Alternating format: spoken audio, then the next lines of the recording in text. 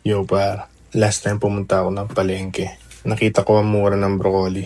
Kaya tinake ko na yung opportunity para makapagluto ng beef broccoli stir fry. Gumamit din ako ng sukiyaki cut para hindi ko na need i-tender yung meat. Tinamad pero hindi tinipid.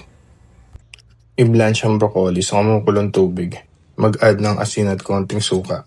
Yung suka ang magme-maintain ng green and freshness ng broccoli. Hanguin ng broccoli at mag-isa ng mga aromatics. Pag nangamoy na yung bawang at sibuyas, i-stir mo lang ang carrots at bell pepper hanggang ito ay lumambot. Ilagay yung beef. Yung beef pala na ginamit ko is yung pang samgyeopsal na mabibili mo lang sa mga Korean mart. Maglagay ng generous amount of oyster sauce, liquid seasoning at isang shrimp cubes. Mag-add ng isang kutsarang asukal. Stir nyo lang until ma-well-coat yung meat sa mga flavor. Then toss back the broccoli and add some slurry. Stir nyo lang until it thickens the sauce. Then meron na tayong beef broccoli stir fry.